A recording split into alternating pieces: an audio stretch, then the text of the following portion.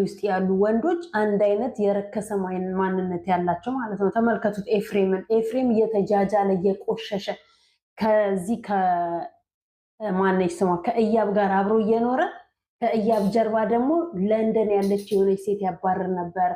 ከዛን እዚህ ማታ ደግሞ እዚህ ቁምስቅሏን እያሰቃያት ነው። ቤተሰቦቹ ጋር ሄዳ ጥንብርኩሱን እሱን አውጥተው እሷን እንደዛው ነፂና የተንቢ እንዴት አድርገው የእያብን እንደሚንከባከቧት እንግዲህ አላገባች፣ ቀለበት አልተደረገ፣ ምንም ያደረጉት ነገር የለም።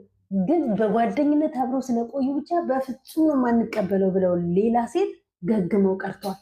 ይቺ ቆሻሻ ቆሻሻ ቆሻሻ ቡዜ እውነት ለመናገር እስቲ እናንተ ብትሆኑ ታደርጉታላችሁ? የፈለገ እሱ ይውደድ፣ የፈለገ እሱ ያድርግ፣ በሌላ ቦታ ላይ እንደፈለገ ይሁን እንጂ እንዴት በአመቱ ልጁ 1 አመት እንኳን ልደቱን ሳያ